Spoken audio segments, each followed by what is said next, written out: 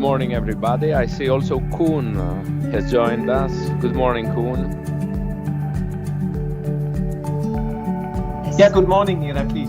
Morning, everyone. Good morning, participants. Welcome. Thank you for joining today's meeting. Try to make yourself comfortable and try to add in the chat the country that you come from, where you come from. Would be nice to see where you are.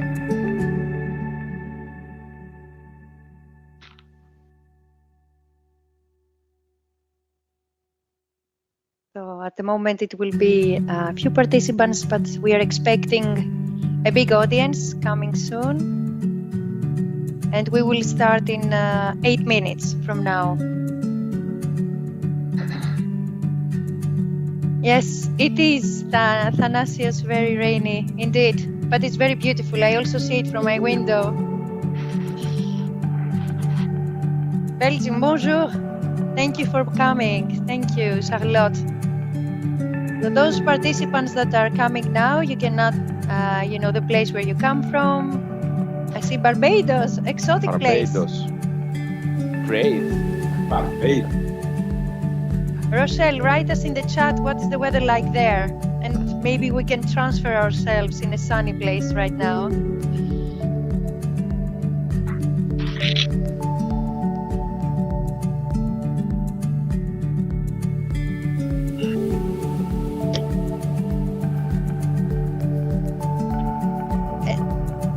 And Cedefop is in Thessaloniki. It is a rainy and cloudy city, but we are very excited today. It's very warm. Nice.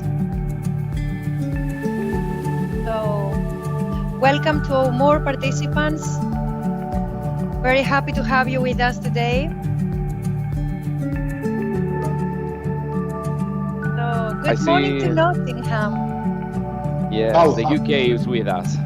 And South Africa. Yes, so Julia. We are a really multinational audience today.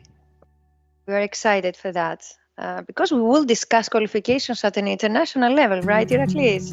Yes, of course. And Cynthia for Netherlands, welcome. Welcome. Hope it's warmer in Netherlands than Greece, Thessaloniki at the moment.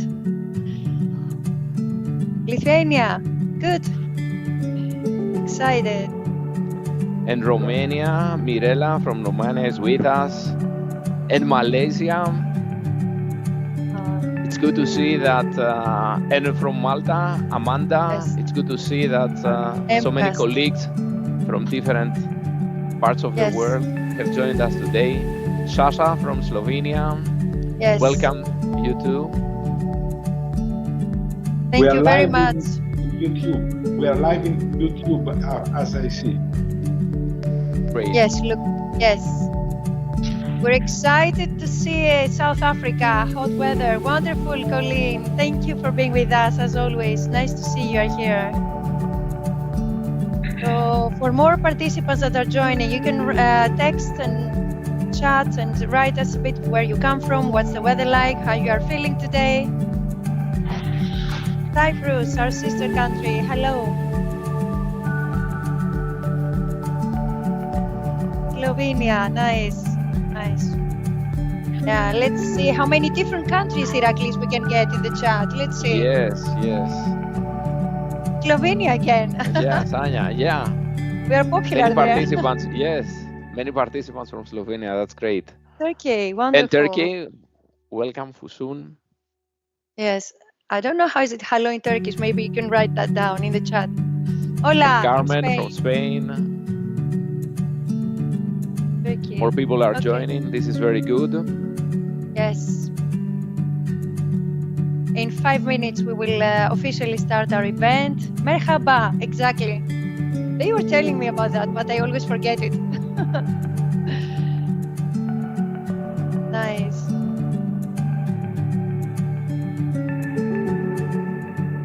It's good to have more participants joining. We hope the discussions will be interesting for you. Laura, hello. Wonderful weather in Latvia. You see, Iraklis, we should go there. Yes, why not?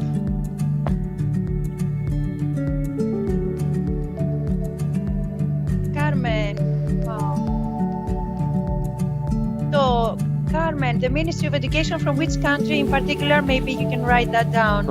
I think from Spain. It's Carmen already Spain, said yes. hello from Spain. Yes. Yeah, exactly. More people are joining. It's very nice to see that. Typical Spanish name. So, for new participants, hello, welcome. Please write us in the chat where you come from and what is the weather like in your countries.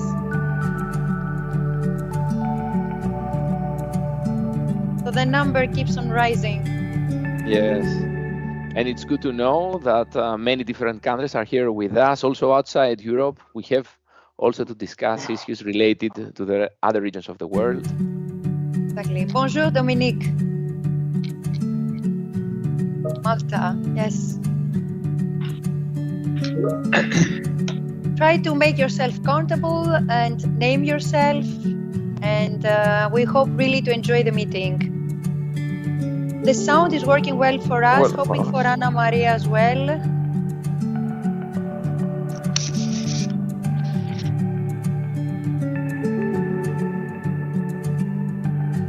Yes, we have music in the background because we want to make you comfortable, to feel like home. It's a nice discussion we have this morning.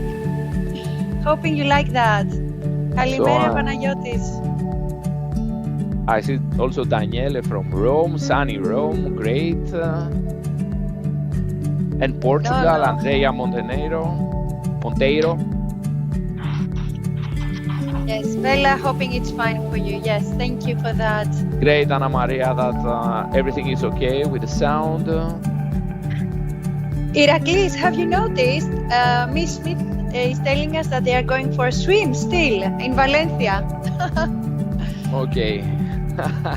This is great. And we hope everything is fine there with all the troubles that they used to get. They had with the some floods. time ago. Yeah. Rainy Brussels. Koen, maybe you can confirm if you're there, if you're connected from Brussels. Is it rainy? Yes. Yes, it is. I can see. Pedone, good morning from Rome. Wonderful, Italy. Sound is great. Yeah, we want a bit, make us relax. I wish we could offer you some coffee, virtual coffee. We are almost there. Yes. Almost 100 participants have joined already. Thank you for the hearts. So for those participants that are in the meeting, you can send us your hearts, but we would like to ask you to interact with us using the chat. Thank you, Yorgos Klausidis. Nice to see you in our meeting. Thank you. And Gabriele from Ireland. Welcome. Greetings. Yes, wonderful. 1 minute to start. Hello to London. Thank you for coming and being with us. For more participants that are joining, please write us in the chat where you come from. We are excited to see, the connection, that you are really connected from different places in the world. This is perfect. Micro-credentials, of course. Thank you.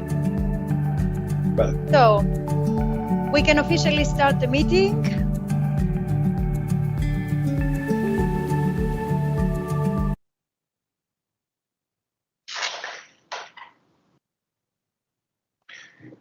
So, good morning, everybody.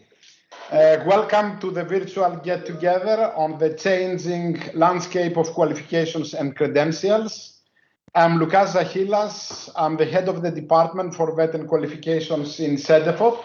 And as we have a really broad audience, I have to say that for those of you that don't know Cedefop, it's actually the European agency which provides expertise for vocational education and training skills and qualifications.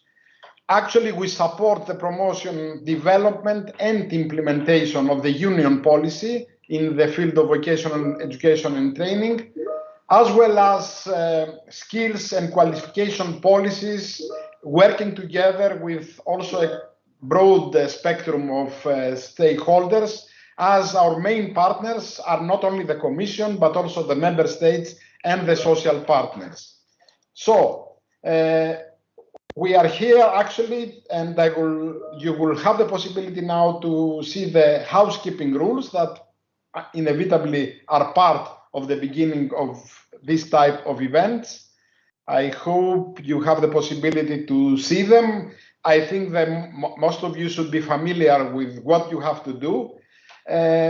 What I want to add in parallel while you are seeing this slide is that we have prepared, I believe, a very interesting event. It has attracted a very wide interest because we had more than 750 registrations. Now I see the numbers keep moving up. That means we have more than 170 online participants, but I'm sure that in the next few minutes we will have far more. We invite you to follow the program, but please take into account that these types of events have a very restricted time allocated to the different sessions and discussions. Please post any questions in the chat. We will not have the possibility to reply to those that raise hands. So please use the chat as much as possible. You can also join the conversation on social media, and also you can see in the slide that you can use the social media like hashtag qualifications, hashtag credentials, learning outcomes, but you can also tag Cedefop. So this will give also a better interactivity between us. Now, what we are going to have today, we have a number of Cedefop experts, a very nice team that you will have the possibility to meet in a few minutes, that will present research work and the available tools that have actually been developed in a period of more than 15 years. It's an experience working on qualifications, credentials, and European tools. We have also to say that qualifications and credentials have changed significantly in recent years, reflecting actually the shifting demands of society, the labor market, and the big advancements in technologies. While the traditional degrees earned from formal education and training remain important in Europe, but also all over the world, there are also efforts in parallel to promote the relevance and transparency, and this gave actually more room for new types of credentials that are increasingly promoted as a complementary way of valuing learning.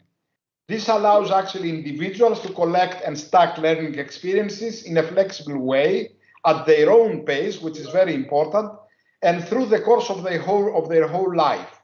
As a result, and this is actually the title of our event, the landscape of qualifications and credentials is becoming more dynamic and inclusive. It will be an event that will not follow the traditional style. The traditional style is just to watch a number of PowerPoint presentations.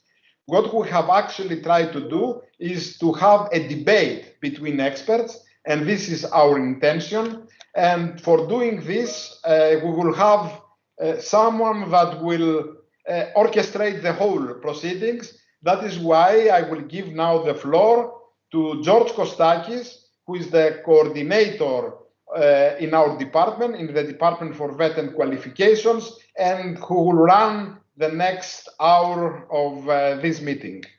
George, the floor is yours. Thank you, Luca. Thank you. Good morning, everyone. Dear participants, welcome from my side. As Luca said, I'll be moderating the discussion for the next hour, and I will start by presenting the people who will participate in this discussion.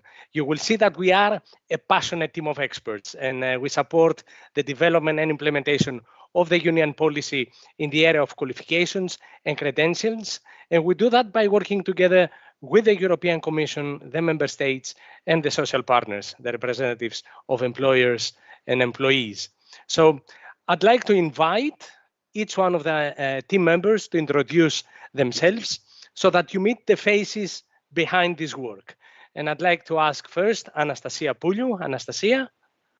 Hello, everybody. Warm welcome from my side. I'm excited to be in this meeting. Well, my name is Anastasia Pouliou. I work as an expert in the area of qualifications and credentials, and I'm managing the work on micro-credentials for vet and labor market learning, the work on learning outcomes, and currently the work that we are doing on focusing on excellence and inclusion. Thank you, Anastasia. Welcome to our group. Vasilios Simeonidis is next. Yes, thank you, Yorgos, and welcome to all participants from my side as well. So my name is Vasilios Simeonidis, and I'm an expert on qualifications and credentials, working at Cedefop on projects related to the transparency and recognition of qualifications, the learning outcomes, and the future of vocational education and training. Thank you, Vasily. Welcome to our group. The next one is Iraklis Pliakis. Good morning from my side too. I'm another expert working in the qualifications and credential team. I'm managing the project on NQFs, and I actively participate on the EQF, the micro credentials, and the future of VET projects. Welcome, Irakli. Carita Blomqvist is next with us. Hello to all. I work in the team as a seconded national expert, mainly on the comparability and recognition issues. Welcome to all. Welcome to you, Carita. Next, I'd like to invite Aristos Theocharous. Good morning. Thank you, George. Welcome, everyone. I'm also an expert in the qualifications credentials team and a member of the project team on NQFs. Welcome, Aristo. Welcome. Next is Dagfinn Herzberg. Dagfinn? Yes, hello everybody. I am a seconded national expert from Norway. My name is Dagfinn Herzberg, and I primarily will work with the Future of VET project and also with the national qualifications and the European qualifications framework. Welcome, Dagfinn, to our group. Christopher Lees is next.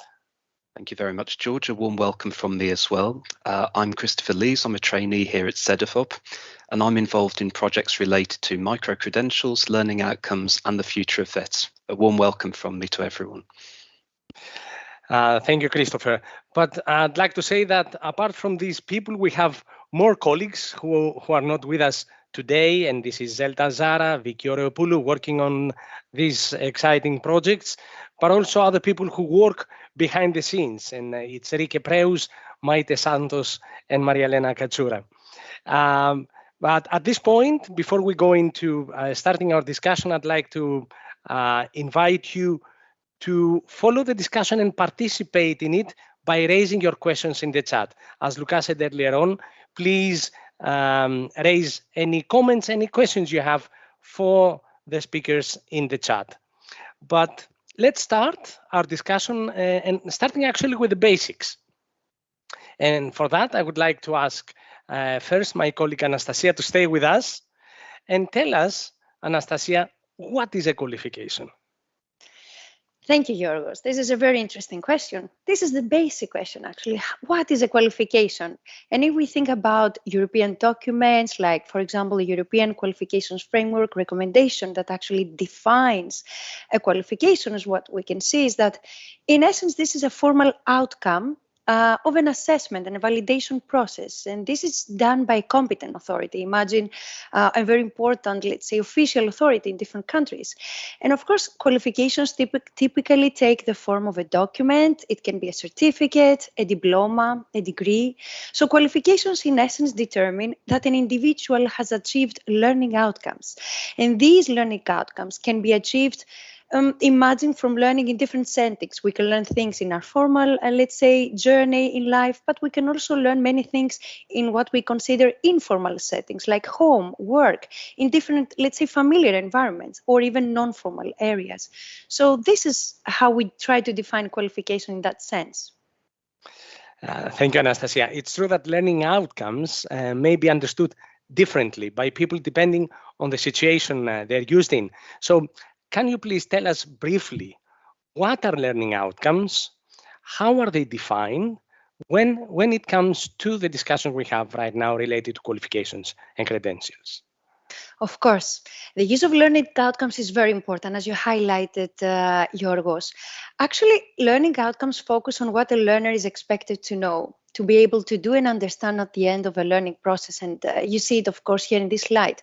What is very important to understand is, as I said before, it's not only what we know about an area, let's say specific subject, but mainly the skills, the competencies that we might be collecting, but most importantly, how responsible or autonomous we can be in our learning. This is a key, let's say, element in the definition of learning outcomes. And of course, at Cedefop, we work a lot with member states, and we try to understand how different countries perceive this idea. And our evidence shows that learning outcomes mainly seem to dominate education policy at not only at European levels, but mainly at an international level. Many countries around the world seem to be talking about what we consider a shift towards the learner, the learning outcomes approach. This is a very important role in the whole education and qualification system. Thank you, Anastasia. But we will come to the learning outcomes discussion in more detail later on. But now it is time to engage our participants to this discussion by looking at the role of qualifications. Why are they important and for whom? So, dear participants, you will see on the screen a Slido question. And you can actually vote either by scanning the QR code that you see on the screen or by clicking on the link you will find in the chat. And the question is, qualifications are important for? Who are they important for? Is it for individuals, the citizens? Is it for employers, for policymakers, for education and training institutions, or none of the above? You can select up to 4 answers. And while you do so, you have a few minutes to vote. I'd like to ask Anastasia to explain to us why they are important according to Cedefop's work. Anastasia. Yes, thank you, Yorgos. And it's very good that we have a Slido here to allow participants to interact with us. Of course, qualifications are important. They are vital in modern societies. They influence our ability to get a job, to practice a profession, to pursue lifelong learning, and even move between countries, becoming more mobile. And of course, also, observing what the participants are telling us in the Slido, it seems to be that individuals are the main, let's say, key player. They are, let's say, the end user. Qualifications are important for individual citizens, and when we use that word, we might mean learners, employees, job seekers. This is actually an expression of a personal achievement because it's a way to show, let's say, the level of a qualification that somebody has in all European countries and systems. This is very, let's say, relevant. But what about employers? I see here specific replies from participants saying that, again, for employers, it's important because they signal what can be expected from a potential employee. So in that sense, qualifications are also very important. At the same time, for policymakers, this is, this is also an important number. I see 50%. Yeah, this is interesting because for policymakers, qualifications can provide, in a way, a tangible output of a learning process. For education training institutions, they can also confirm that the candidate has successfully achieved a set of learning outcomes, or even determine the level of learning, the content of learning that individuals acquire. So, Yorgos, from the replies we see in the slide, we see that the predominant reply is the individuals. It's the people themselves, the citizens, that need to be qualified. But of course, there are other, let's say, indications that the other, let's say, categories are quite relevant. What I would also like to say at this moment, that thank God nobody has selected the none of the above, let's say, choice, right? So you agree that? Yes, indeed. I see that. I see that, Anastasia. And actually, I see also many comments in the chat confirming the importance of qualifications to individuals. We see Yorgos saying that qualifications should be designed for the people and not only for the employers. Even he refers to education and training institutions, not only serving the economy. So I see an alignment there between what you have said to us, what you have presented from Cedefop's work, what the participants also feel, and many thanks to all those who voted. I see 161 people actually voting. So we do have digital skills, good digital skills, many of us. So Now, I'd like to move on to the changing landscape of qualifications. I'm asking myself, Anastasia, do learners have the same options of acquiring a qualification as in the past? What is new with the qualifications? What has changed? Can you tell us a little bit more about it? Of course. Well, indeed, Yorgo, as you very rightly pointed out, the landscape of qualifications is changing. This is actually the essence of this virtual get-together today. This is the topic we wanted to really discuss with all of you. All this area of qualifications is actually changing in terms of two main areas, I would say. First of all, qualifications have new roles, right?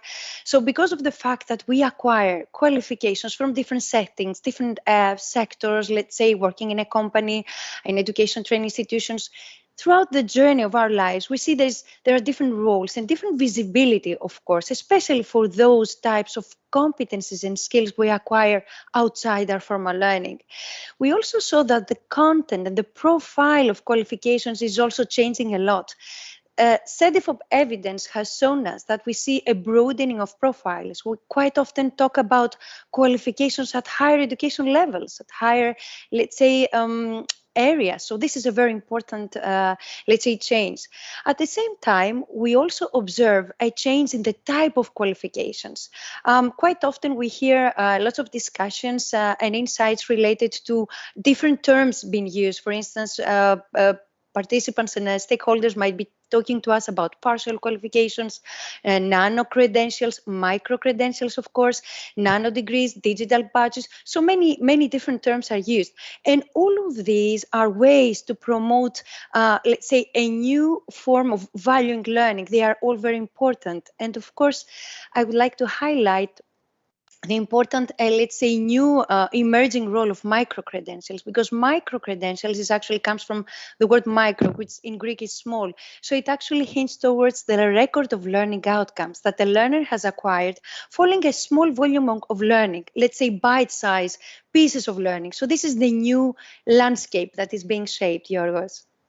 Thank you. Thank you very much, Anastasia. In this changing landscape, we see how important Cedefop's research and analysis is, and that's a great opportunity that we are sharing this with our participants today. But let's look now at the bigger picture, the use of qualifications at national, at EU, and global level. And for this discussion, I'd like to invite my colleague Vasilis to step forward, join us in the discussion. And Vasily, I'd like to ask you, how can we make qualifications understandable and make it possible to use them within and across the countries? Please share it with us. Yes, thank you, Yorgos, for this question. Indeed, European cooperation in the field of education and training has a long history. It started actually more than 20 years ago, and it led to the development of various initiatives, various policies aimed at strengthening the transparency of qualifications so that people can actually be more mobile across education and training sectors, but also across member states, across countries.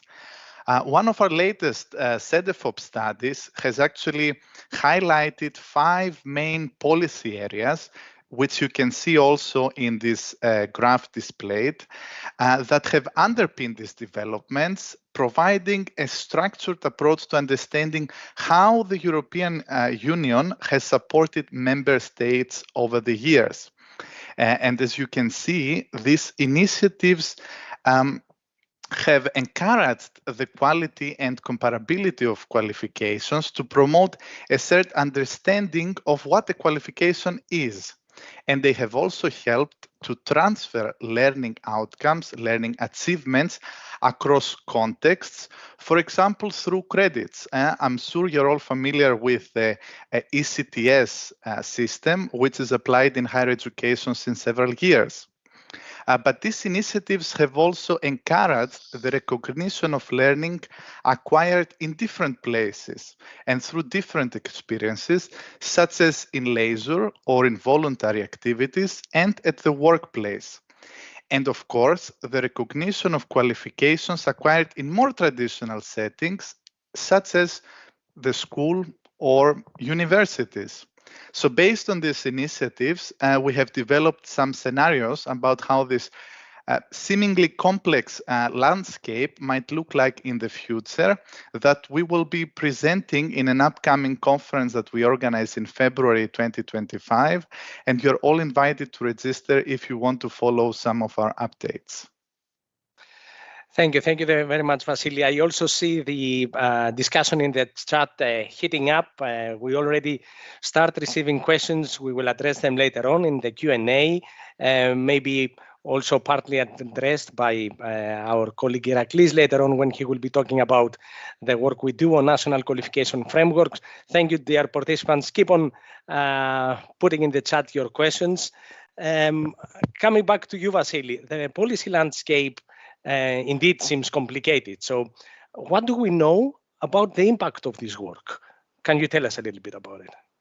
Yes, impact is indeed very important. So in terms of impact, these policy developments have encouraged, firstly, a stronger focus on the learning outcomes approach. We have heard something about it before from Anastasia, and this approach has actually helped to make education and training systems more learner-centered, more oriented towards the learner. This development has also been complemented by greater visibility and attractiveness of learning that happens outside formal academic settings, so outside the school classroom, what we call informal and non-formal learning. Moreover, these initiatives have actually driven countries to work more closely together across borders and across education and training sectors. At the same time, they have also reinforced the importance of having qualifications that are clear, comparable, and recognized. And finally, they have emphasized the need for more flexible and open education and training systems, which can enable learners to move more easily between different paths and levels of education. Thank you, Vasily. At this point, I see Dagfinn wants to jump into the discussion, and I assume he has a question for you. So Dagfinn, join us and please address your question to Vasily.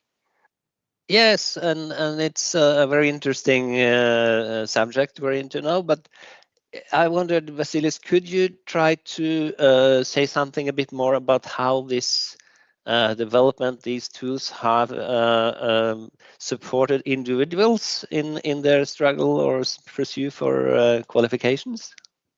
Yes, thank you, Dagfinn. Very important question. One of the key challenges today is ensuring actually that individuals can easily enter and re-enter and combine learning whenever they need it, no matter their circumstances.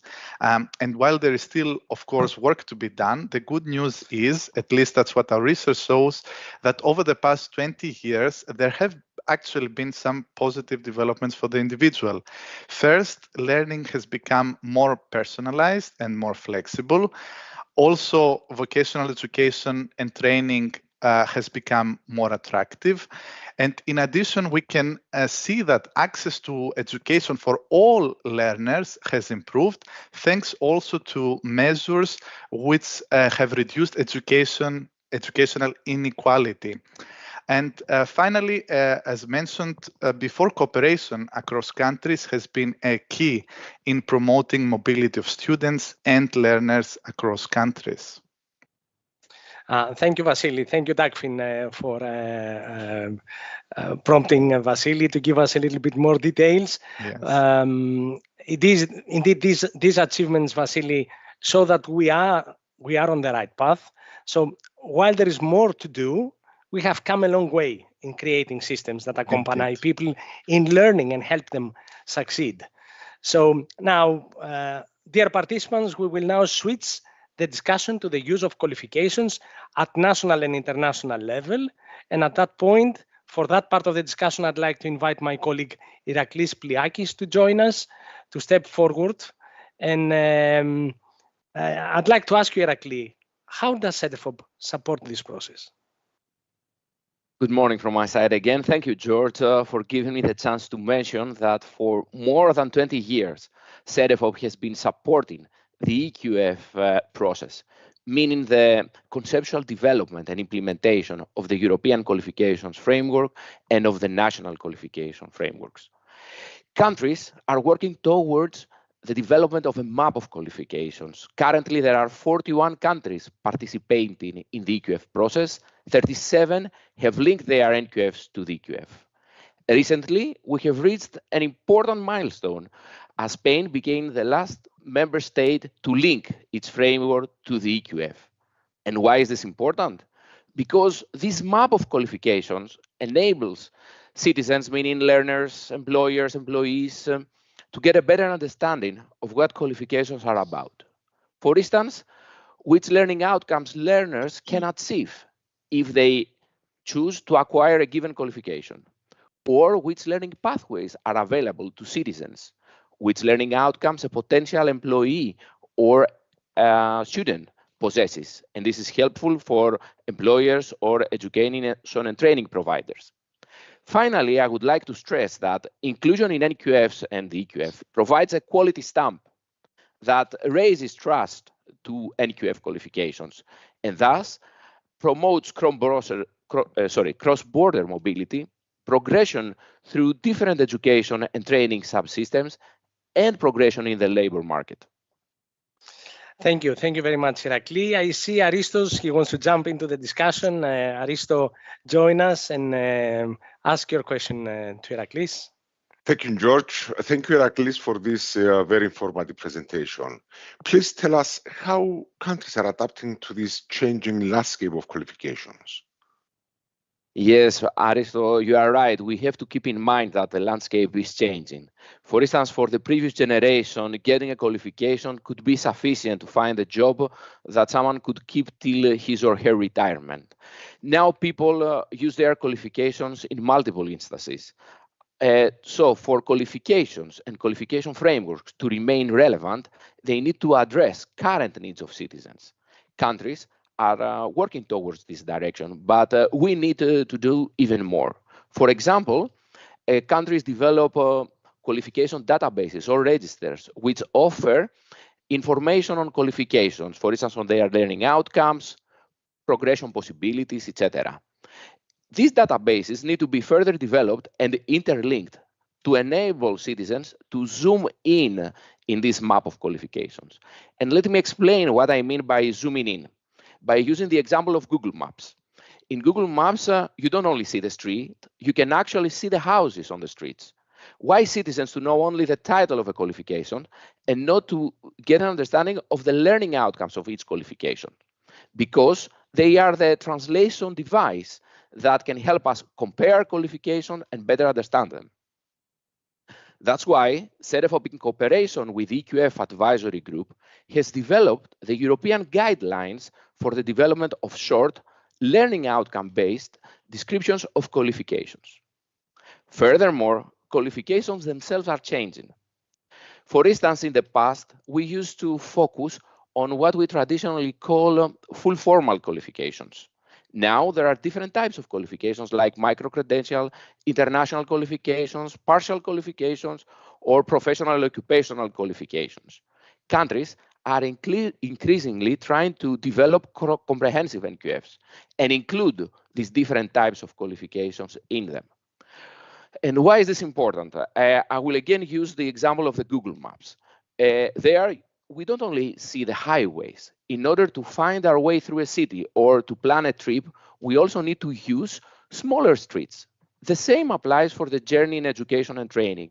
Citizens need to know all the available learning pathways.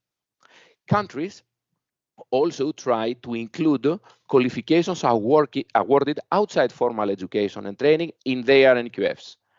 In the last 5 years, there has been a considerable progress in this area. Approximately half of the countries have done so, and more are planning to do so. Why this is relevant?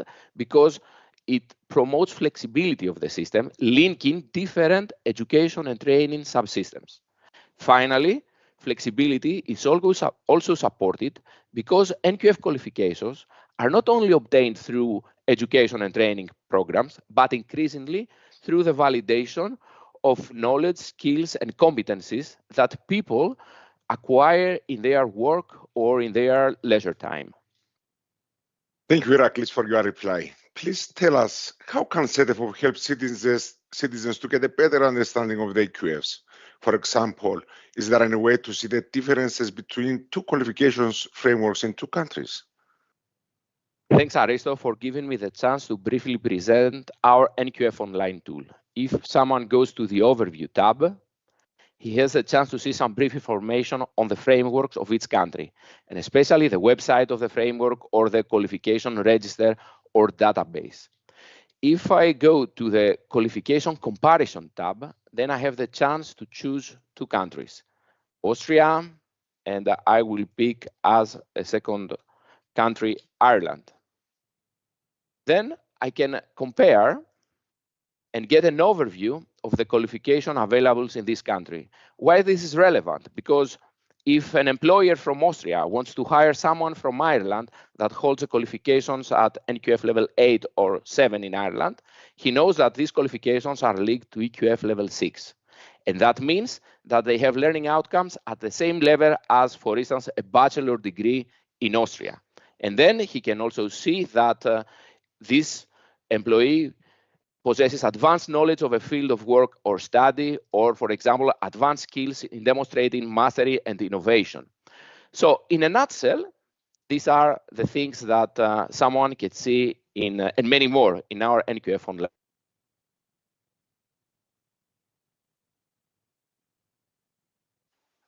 Irakli, are you with us?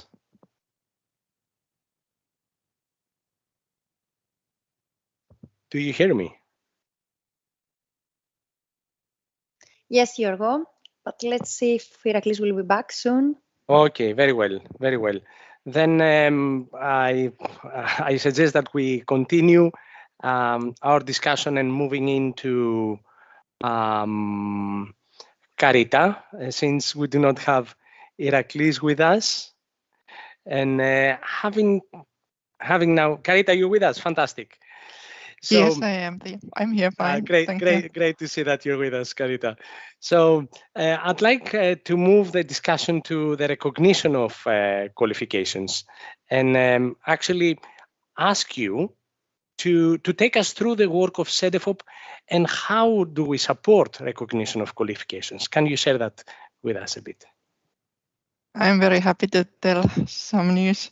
As we have already heard, of course, Cedefop has invested a lot in supporting the exchange of information on qualifications, even if kind of in-depth comparisons of the contents of the programs have not been so frequent. They have been done in few cases. But the current Cedefop work on comparing VET qualifications deepens this work, and since all decisions on the recognition of qualifications are made either national, institutional levels, in many cases by employers, we continue to provide information, support mutual learning, and we will invite national actors, stakeholders, to evaluate their own solutions.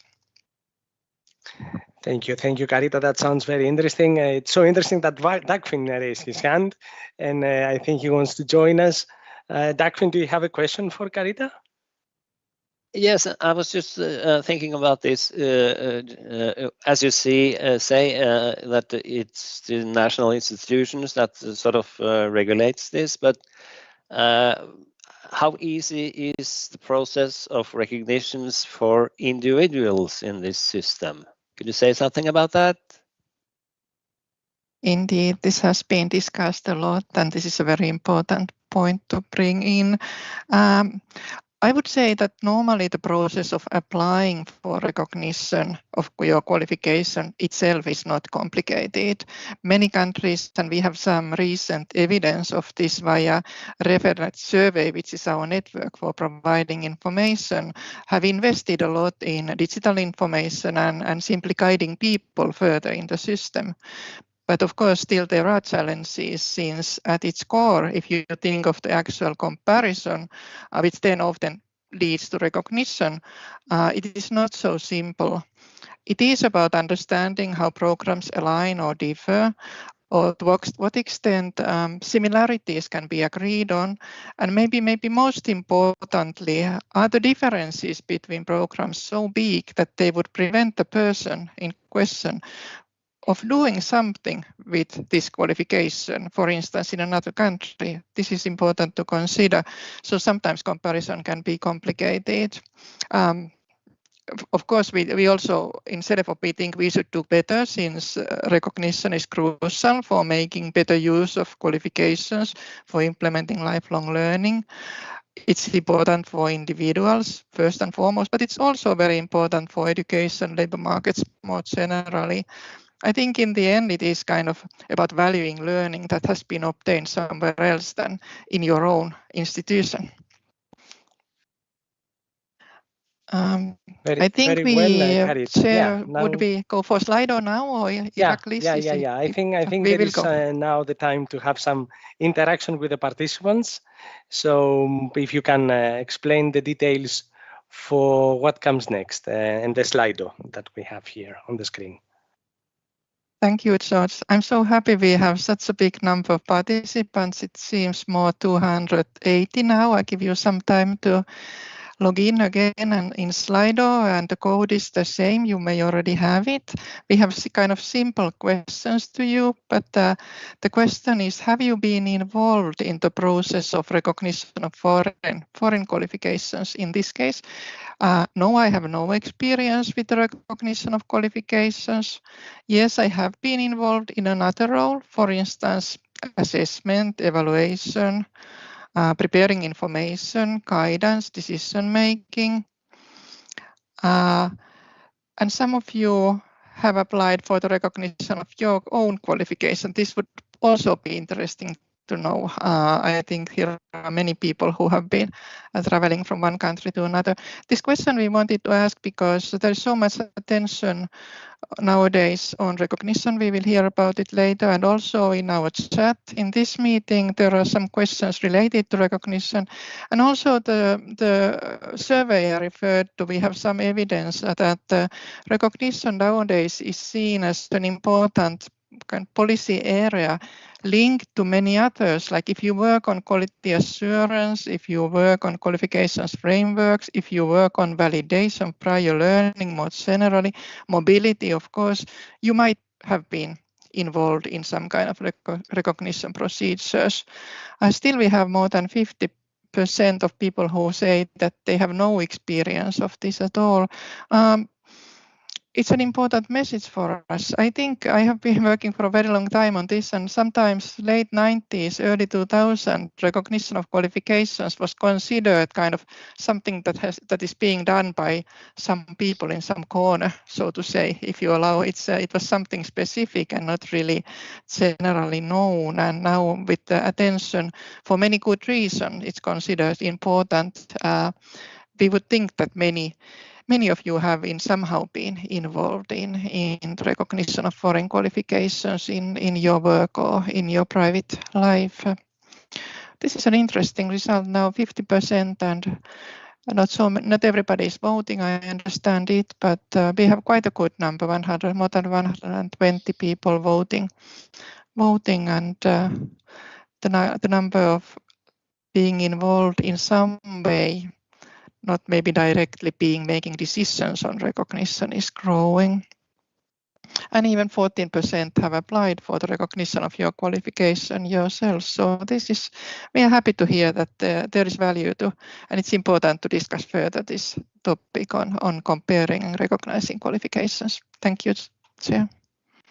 Yes, Kareta, actually this is, although we see very few of the participants saying that they applied for recognition of qualification, even the few that may have done so, it's so important, that work on recognition. It's so important in order to support citizens, to support individuals, to grow, to change paths, to move within Europe across sectors. So in that respect, it's extremely important, that work. It has a big benefit to the individuals, as we say. So looking forward to see how we will develop that work further and how we will support this process, Karita. Thank you, George. Thank you. At this point, I'd like to come back to the qualifications again, very much linked to what Carita was saying to us, qualifications across borders.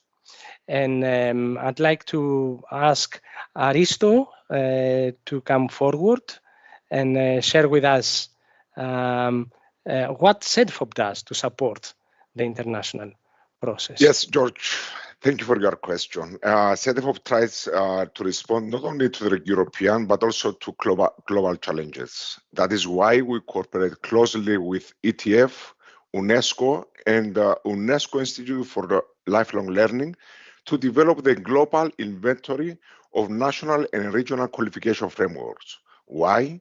Because we aim to promote stronger cooperation among countries and regions. EQF has been a source of inspiration for the development of national and regional qualification frameworks throughout the world. An increasing number of third countries and regions are seeking closer links with the EQF. On the other hand, EU supports cooperation with third countries over the transparency of qualifications. This can also foster inclusion of migrants into our societies. Thank you very much, Aristo, and thank you, Carita. Thank you, everyone, for those interesting insights. Dear participants, we move on the discussion. We will now become a little bit more technical and see how all this work. What is the common language behind what we have discussed and presented to you? So behind the EU tools, behind the processes that support them. And for that part, I would like to invite Anastasia Pouliou to join us. And Anastasia, could you please tell us for which purposes are learning outcomes used and how their use is promoted? Of course, Yorgos, thank you. And I'm excited also to follow the comments in the chat and just also to reassure our participants that we will try to reply as much as possible in the chat, the different questions, and also in the later stage of the event. So, Yorgos, for your question, indeed, learning outcomes is the common language. It's the glue behind all the EU tools.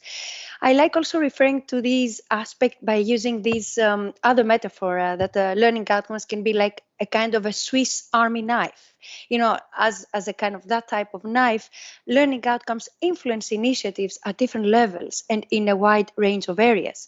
And these different purposes influence, let's say, the teaching, the learning process, but in many different ways, in positive ways, in negative ways, really pointing to opportunities as well as challenges. You see here in the slide that I'm sharing all the different purposes of learning outcomes. Think of them as the bird flying across the journey of somebody's life. So for this reason, learning outcomes can actually be found in many ways. First of all, qualifications. We talk about them all day today. So the idea is that learning outcomes play a crucial role in defining qualifications levels. Quite often at Cedefop, we use the word level descriptors. These are based on learning outcomes. And in a way, they enhance transparency. They enable cross-country comparison. And what does Cedefop do that in that sense? We try to provide technical support in Europe to member states. We even try to develop short description of qualifications based on learning outcomes, really to support this process. Another important way that this bird is flying is showing us is the idea of assessment. Assessment specifications are important. Quite often, if we think about assessment criteria, what exactly are they? They are often formulated as threshold levels, meaning the specific levels that must be met by a candidate. So learning outcomes indicate how a learning experience can be graded, how learning is achieved. And what about curricula? Yes, learning outcomes have a very interesting role there. They try to shape learning experiences. They guide the teachers by specifying the expected knowledge and skills. And of course, they have this more broader role of influencing teaching, learning environments, and assessment practices. And for this reason, Cedefop has been trying to support this work. We try to produce handbooks, concrete materials that really can be an inspiration for the people who are responsible for learning outcomes. They show ways that learning outcomes can be defined, can be assessed, can be really applied in practice. Of course, learning outcomes also shape standards, qualification standards, occupational standards. They actually specify the expected outcomes for a full qualification, for a partial qualification, or even a micro-credential, as we have said before. And finally, last but not least, we should not forget when we think about validation and recognition, as my colleague Carita mentioned before, so validation of non-formal and informal learning, really learning that takes place outside an education institution, in your real life journey, in your work environment.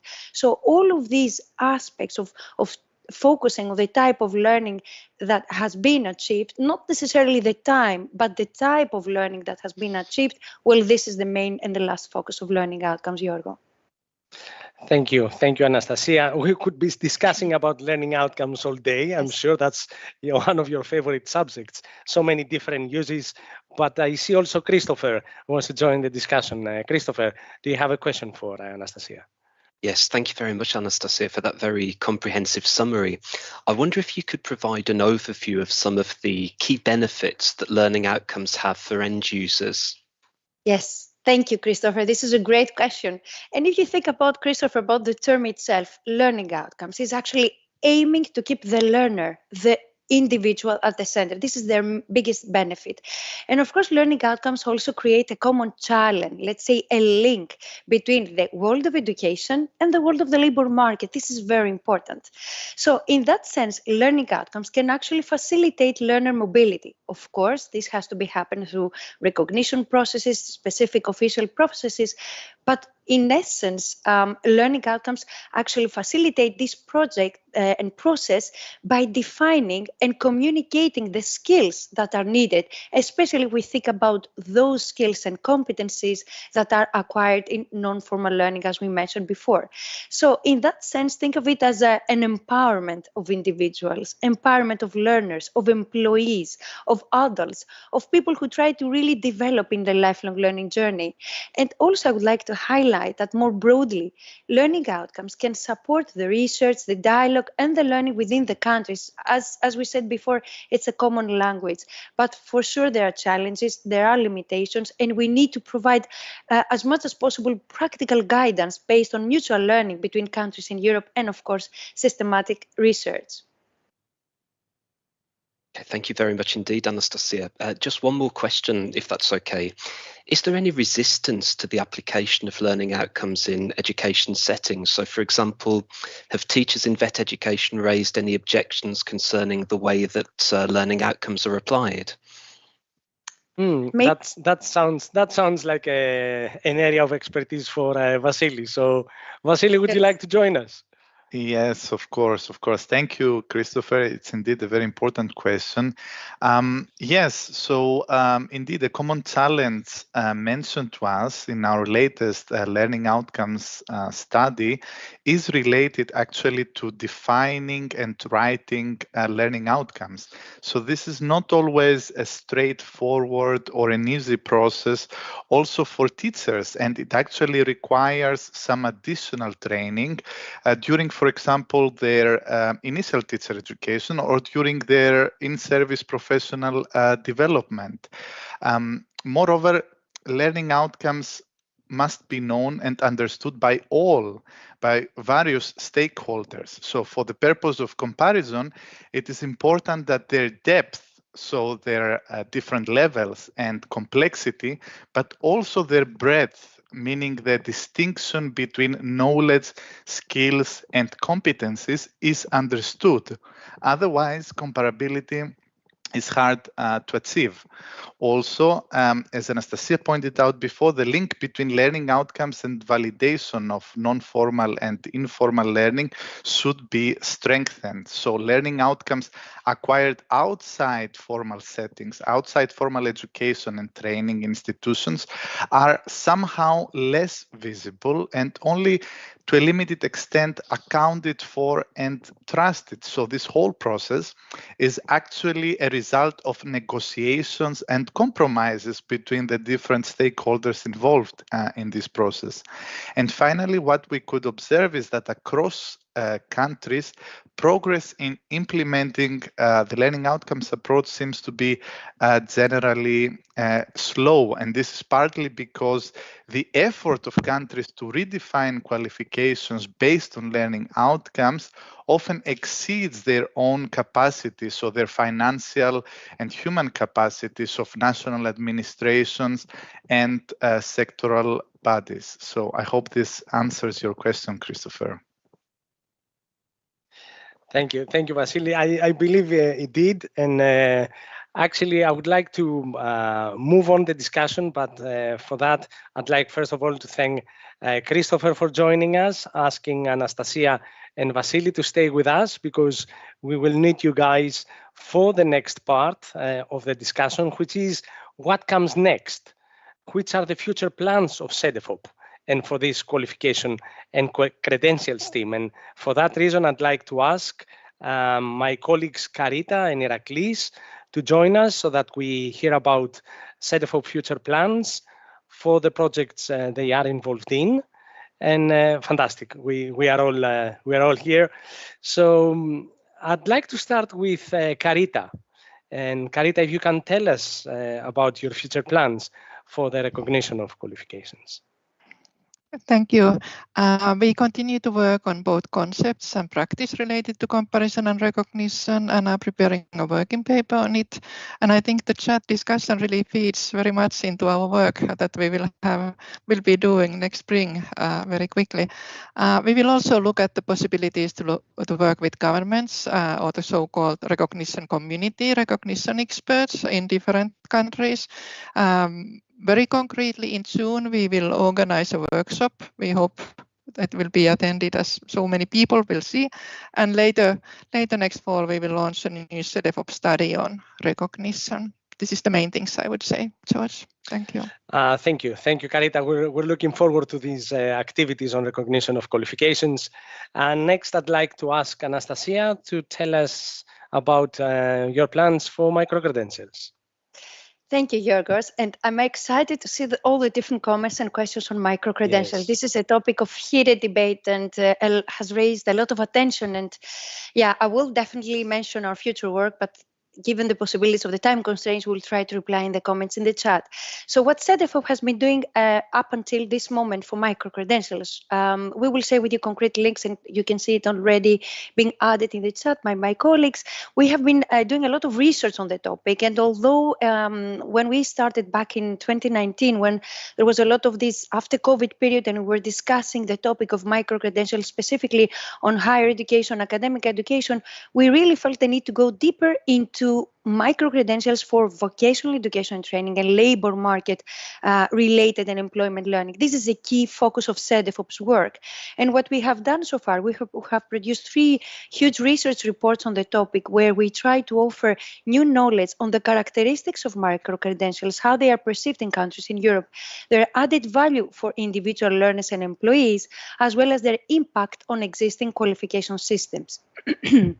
Now, our new plan and our new focus, as Yorgos asked, was actually to deepen this work, and we are now preparing a new study where we will try to gain more knowledge and more insights on 3 main interconnected areas. First and foremost, we would like to explore the diversity, meaning the content, the profile, and the function of micro-credentials in labor market learning. This is a key focus. So moving away from the formal system and trying to identify the different types of micro-credentials that are delivered by companies and different providers in the labor market. We will focus on the role of quality assurance and recognition practices because, as you saw from the virtual get-together, these are key areas that we definitely need to investigate. And we will try to analyze these identification of micro-credentials in specific labor market sectors. We already did work on manufacturing and retail, so more evidence, empirical data are needed. And lastly, We will try to analyze the social function, the role, the evolving role of micro-credentials for, let's say, supporting disadvantaged groups, learners, workers, meaning individuals that try to seek to promote and represent learning outcomes and experiences at a lifelong basis. So this is the current plan for this research. Thank you, Anastasia. The work on micro-credentials is very relevant nowadays, indeed, to support citizens in learning throughout their lives. And we're looking forward to that work, which is about to start, about the study you just talked about. Now I'd like to ask Vasily. Vasily, tell us about our plans for qualifications, digitalized qualifications. Yes, a very important topic. It was highlighted several times during today's session. So, of course, an important future priority for us will be the role of digital credentials. And in a future study of ours, we will deepen on how digitalization of systems can further promote transparency and transferability of learning. Specifically, we will explore how digital developments and technologies, including, of course, how artificial intelligence, or AI, can strengthen the transparency of qualifications and encourage flexibility while also promoting a coherent policy framework that is very much needed and supports the transferability of qualifications, enabling easier recognition, of course, for the benefit of individuals. So our work in this area will also support the consistent implementation of qualifications frameworks and systems, and will look into their best possible integration into the broader education policy ecosystem. Thank you, Vasily. Cedefop stays ahead of developments. And of course, we're looking into how digital technologies and AI can be used to the benefit of individuals. So that we help them make their qualifications more understandable and transferable between different settings. Closely linked to this work, I'd like to ask now Iraklis, my colleague Iraklis, to share with us Cedefop future plans on national qualification frameworks, etc. Thanks, George. Sorry, I think that my Teams crashed a bit before, so I'm now here joining you again. Cedefop will continue to support the cooperation among countries in making qualifications more understandable, and will continue to support citizens in using their qualifications across education and training subsystems, the labor market, and across borders.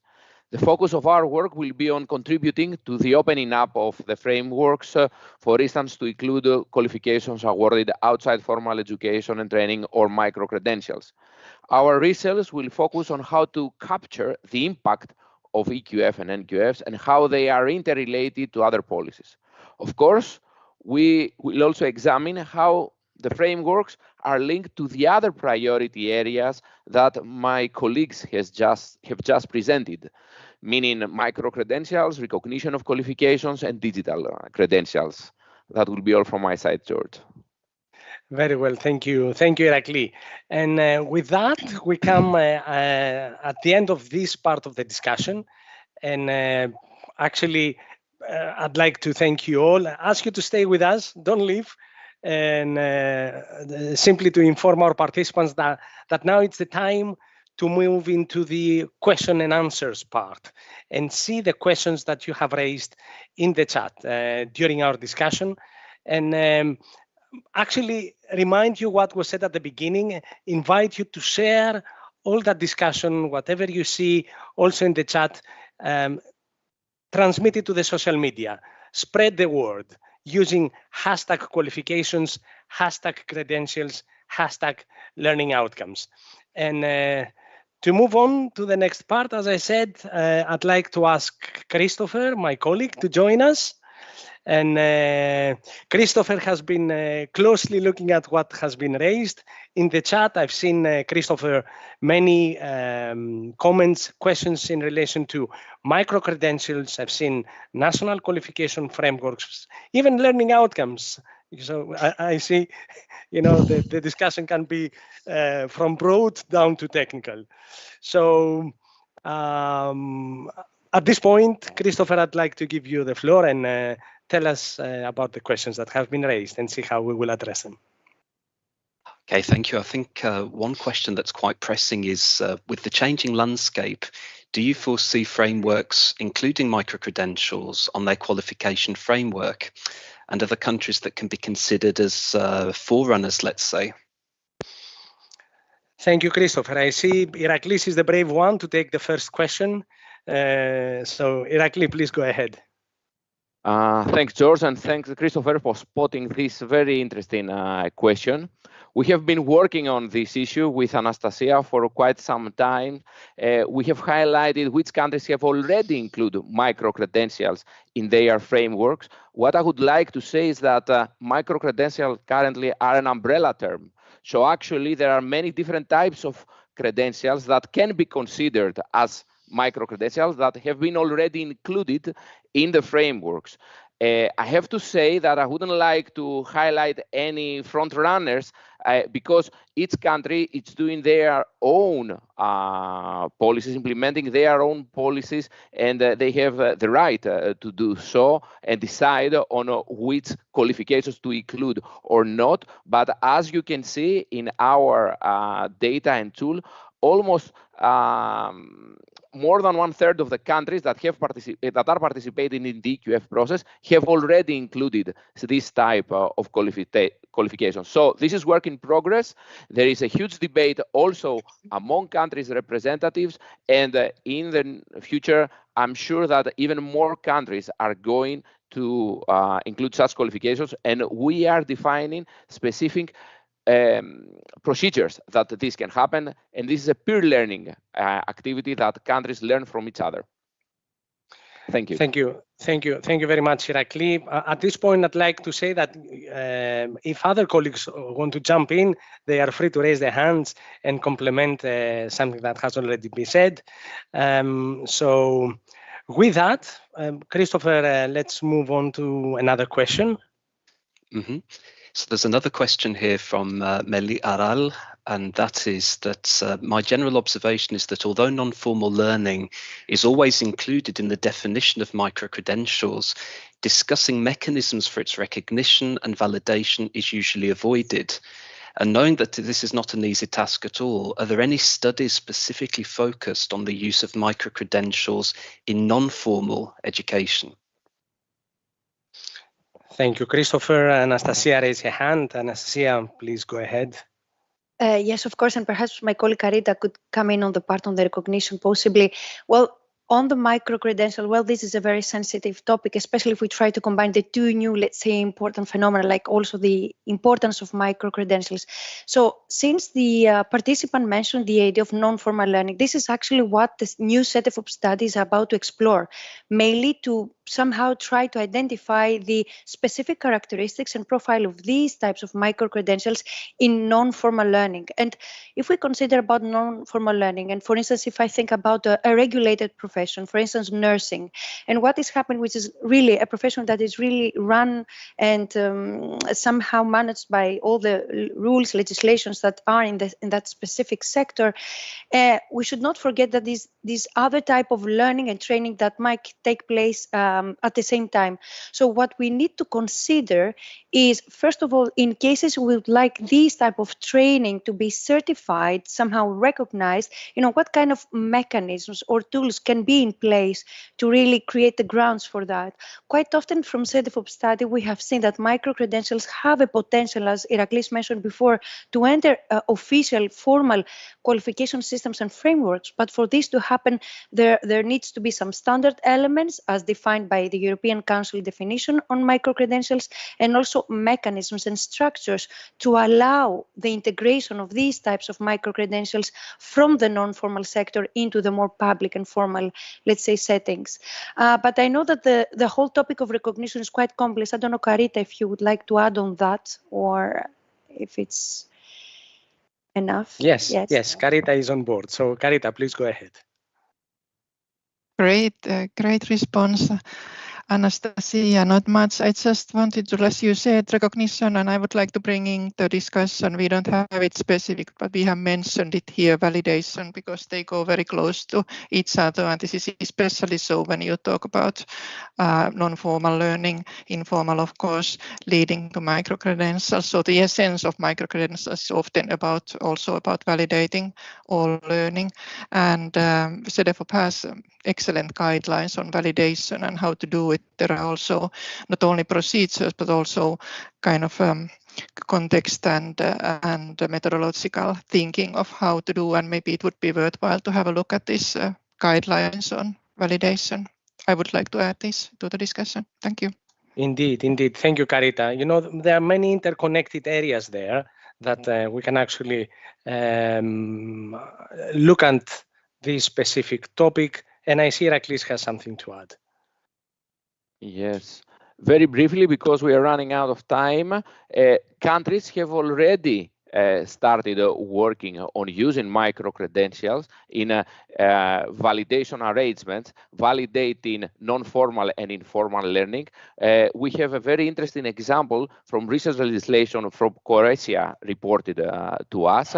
And of course, these data are available in our documents in the NQF online tool and the NQF reports. So in many instances, micro-credentials are linked to the validation of non-formal and informal learning. Thank you very much, Irakli.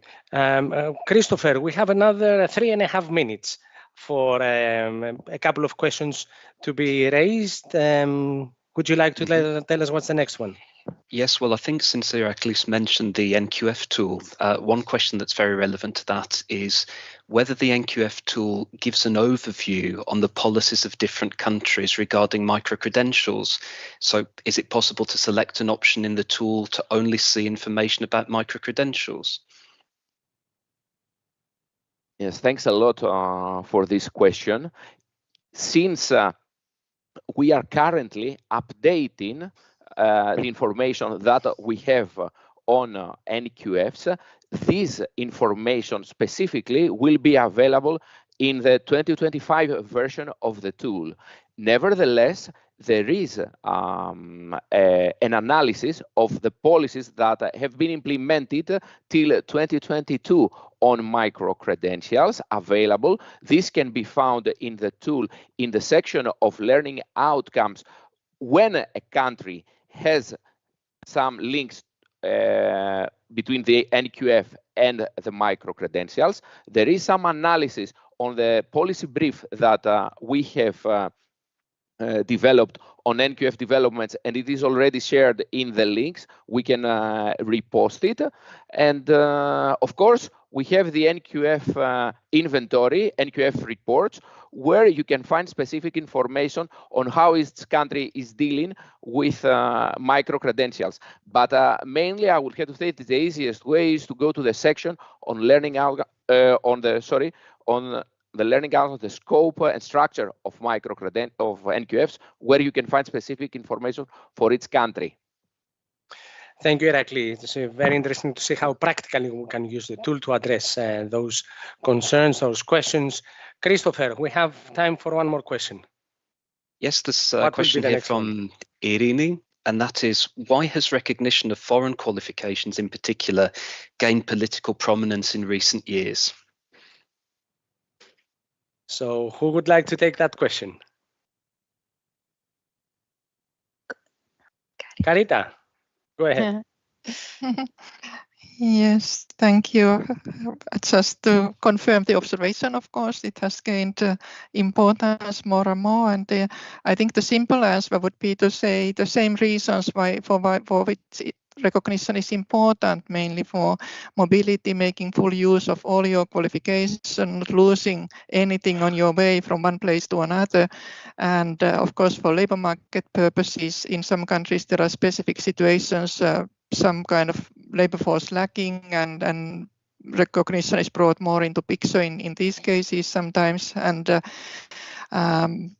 in general, for educational working life purposes, it has been seen that it's very relevant also because of the developments with the population and all these big policy reasons and developments in societies. I'm not going to go into those now, but the big things behind have caused the importance of recognition and comparison to grow, and it's important to observe and work on that issue as well.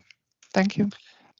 Thank you, Carita. And many thanks to all of you, dear colleagues, for your replies. Spot on and right on time, as I see with the agenda. Many thanks also to all the participants for the questions you have raised in the chat, for your reactions. And those questions that we did not manage to address in those 10-15 minutes, we will address them in writing in the chat. So please stay tuned. Not only following up what is in the chat, but also in following up Cedefop's future work to be informed about our research, of our analysis on qualifications and credentials. As you've heard, there is a lot to come. So please stay tuned and follow up on the interesting work that comes on. And with that, I'd like to close that session and give the floor to our head of department, Lucas Achilas, to moderate, to chair the next session. Luca, the floor is yours. Thank you, Giorgo. First of all, excellent moderation, and I think the session was really interesting and very interactive. It was a very good example of how we should, let's say, organize these types of events for the future. But let's move now outside Cedefop. So we have with us Koen Nonden. I think he will appear in the next seconds besides me in the screen. Koen is the team leader on transparency and recognition of skills and qualifications, working in the European Commission DG Employment. So Koen, before we close, I have two questions for you. And the questions, you have approximately 10 minutes, but I think it is very important also to get your feedback. So I think you watched the discussion, you had the possibility to see what was presented by our experts, and I want your reflections and something very important. If you consider that this work, what we are doing in Cedefop, complements well and supports the work of the European Commission in this area. Thank you very much, Lucas. First of all, I want to congratulate Cedefop on today's event. It's really successful. I'm impressed by the number of participants, and also the chat is so active. So it really shows that it is a very relevant event. Now, on your question, I would like to state that we, of course, as Commission, we work closely together with Cedefop on qualifications, but also broader. And most of this work we carry out also in the broader context of the EQF advisory group. And I would say that the work of Cedefop is very important for the Commission because it really provides the evidence base on what is happening in national frameworks, the direction that frameworks take, also what is included in frameworks. We have seen that this morning. Qualifications from outside the formal domain, micro-credentials, international qualifications, but also important to understand how qualifications in itself develop. And another point that I wanted to raise here is also that it is very important that the work on the different components of transparency, of skills and qualifications, that these different components, that this work is coherent. And this concerns the work on the frameworks, the NQF inventory, but also the work on learning outcomes, the work on validation, the work on micro-credentials. It's really important to connect the dots, and I think this is what is happening. And over the years, past 2 decades in particular, Cedefop has building up really a strong body of knowledge on all these aspects. And it's also very nice to see that this information is now more and more becoming available in the form of online tools.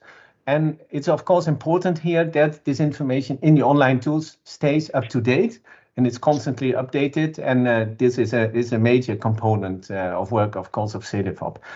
And on all this evidence, of course, feeds also the work of the Commission more broadly, and in the area of qualifications, of course, also here again in the EQF advisory group. And the work is really also complementary to what the Commission is doing. And one example I would like to give here is the work that we do on our end on the Europass platform, which also operates, which also serves as official EQF platform.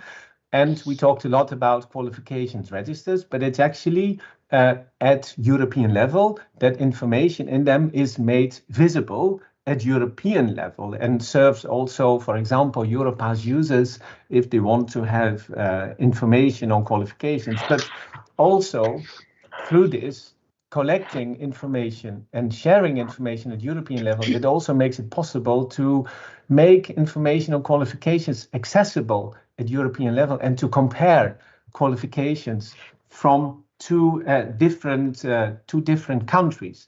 And we are getting more and more data, of course, on qualifications in this way.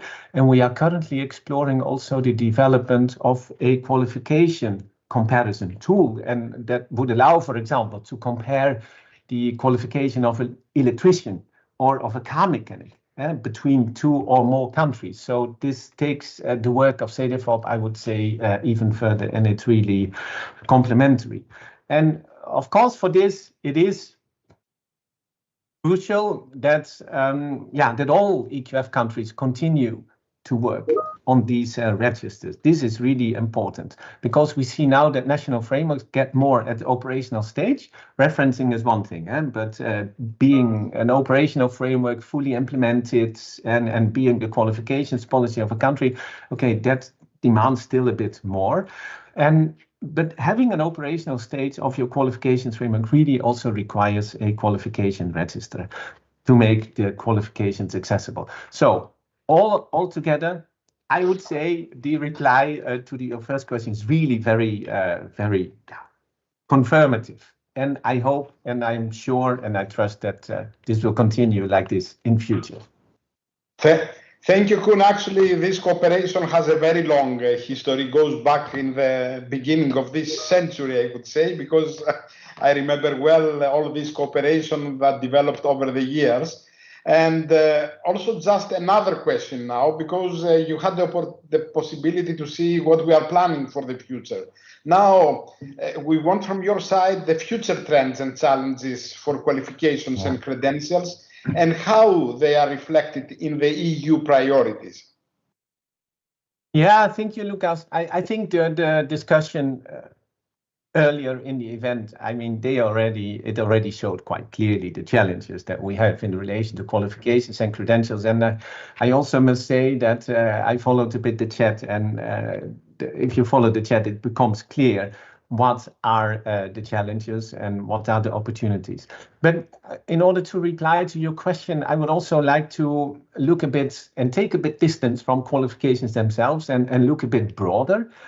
And there we see that at EU level, we do have actually a quite chronic skills and labor market shortage situation. Yeah, varies a bit, of course, from country to country and from year to year, but the long-term trend is that we do have an aging population in Europe, and we have also the challenge of the green and digital transitions. So we have, this leads actually altogether to this skills and labor market shortages, which will also be present in the long term.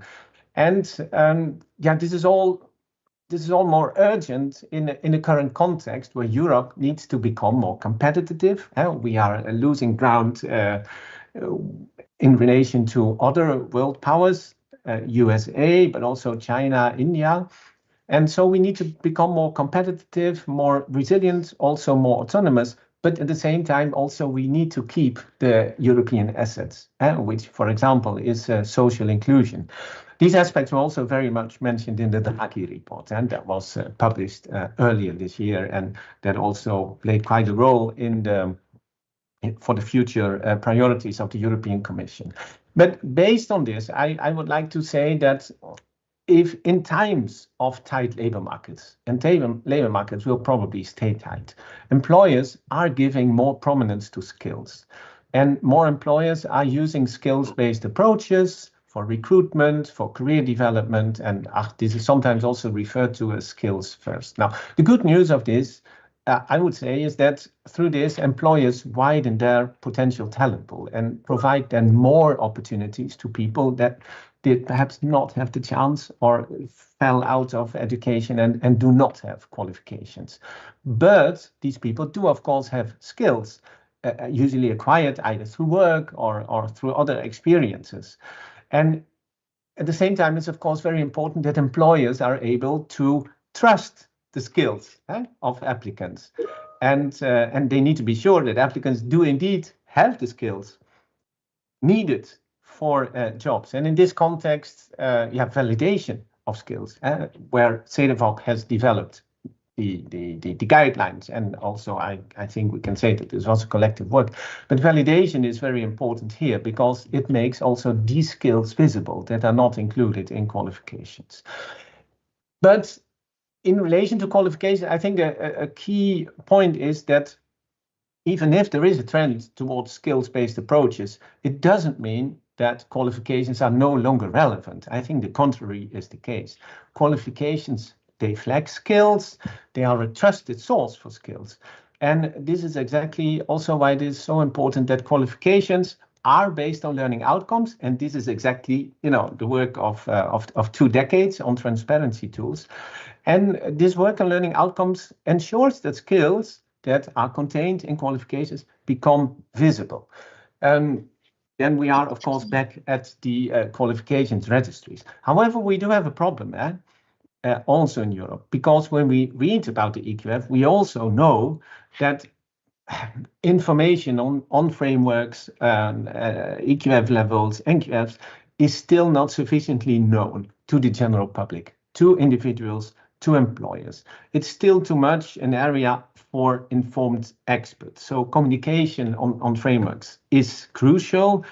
And and it's very important, as I said already, and was also said in the discussion, that information on qualifications is accessible, but there is still work to be done. Here, I want to say that I was very happy to see that for whom qualifications are important, that really individuals and employers came on top.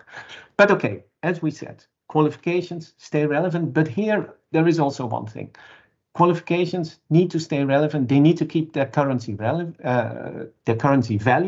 And for this, it's crucial that they are also regularly renewed, revisited, so that they stay fit for purpose and are adapted to new technology requirements. And at the same time, we must avoid that we narrow down qualifications to just occupational skills. They also bring transversal skills, they bring basic skills, and these ones are at least as important for employability in the long term for the holders. So we should not be short-sighted. And then we are, I think, at the point of micro-credentials, because they are, of course, focused on particular skills. Very active discussion in the chat. And their role is part of a broader landscape, and we will need to continue working on them. And the Commission will do that. We will implement the Council recommendation, and I think more work will need to be done at national level, but also European level discussions about inclusion in frameworks. Then a word on digital credentials, as also mentioned. So we need to have a move from paper to digital in terms of qualifications and certificates. This is crucial for skills portability. And also this allows to provide better information on skills. So it's a boost to transparency.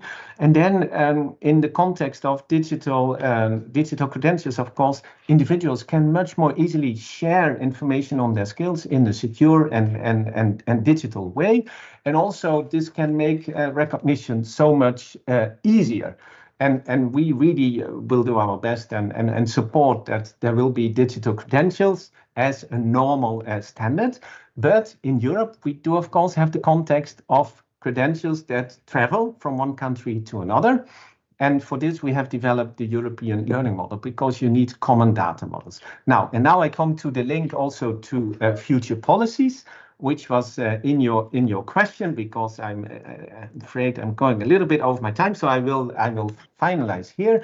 So this summer, the Commission adopted the political guidelines, and there it announced that it will create a true union of skills, and this will include a number of measures, including also skills portability initiatives. So you see that the Commission has picked up the priorities, and skills is an important priority. And my last point is that in an international environment where we see an increasing number of qualifications frameworks across the globe, national ones, regional ones, it's important also to come to a better recognition of qualifications of non-EU qualifications in Europe, because we currently have a problem of undervaluing of those qualifications. With this, and with my apologies that I went a little bit over time, but I hope that I replied sufficiently well to your questions, Lucas. Back to you. Thanks a lot, Koen. Actually, one of the problems of working so many years together and work efficiently, I could say, creates the following problem. My closing remarks are very, very close to what you said, but in any case, I will have just a few points before we finish with this virtual get-together. So before we say the really last words, please, we count on your opinion. So take some time to answer the evaluation form that you can find in the chat. This is very important for us. And from my side, the closing remarks are quite close to what Koen said, and I will perhaps raise a few other points, but very briefly. We all understood, and it's obvious that we're living in a changing world, and the pace of changes is perhaps even beyond our capacity to respond easily. And that is why skills are needed. Skills have to address these challenges and are very important. But it's not just skills. Skills cannot stand alone. This was also said by Koen. They are closely linked to qualifications and credentials, and they are provided by education and training systems. So skills, someone can say, are easily understood by the wider public, and they in the majority of cases, they are under the spotlight. However, and on the contrary, I could say, we see that vocational education work at system level and qualifications and credentials in many cases remain in the shadow. However, they are very important because they are the back office that in reality supports and allows skills to be acquired. This work, this very important work, is the field of expertise of the team that presented today its work. And as a team, we know that, and we believe in this type of research, and we believe that this work not only supports the member states, because there is always the element of cooperation behind what was discussed today, but it keeps also a very important link with the international development and perspective, because this work is also, in many cases, is linked to the work of the European Commission, of course, but also the European Training Foundation, UNESCO, OECD, ILO, and other EU and international organizations. I believe that the team and the work of the team was shaped in the last 20-25 years. It has a long history. You see young experts, but in reality they have there was a very long background, and other experts before shaped actually the proceedings in many cases. I believe that we have a very important history, but there is also a very bright future ahead. And I'm really proud about this. So once again, a very big thank you to each of the participants, but also just to let you know that the recordings will be available in the event page, but also a final big thank to my colleagues, and not only the team that you saw today. I have to say a big thank you to Vili and Christina from the communications department, our IT experts, Vasilis and Thodoris, that gave the support we needed for this event. And of course, all the faces that you see right now, it's George, Anastasia, Vasilis, Iraklis, Karita, Aristos, Dagfin, Christopher. We are missing Zelda, Vicky, and as Yorgo said, we don't see Rike, Maite, and Maria Elena. It's a very dynamic team, a very nice team, and I'm really proud working with them. So I hope that quite soon we will have the possibility to see you in another setting, in another event, and up to that time, just stay tuned. Have a nice day. Good afternoon, everyone. Good afternoon. Thank you all. Wonderful. Thank you. Good afternoon, everybody. Thanks a lot for joining.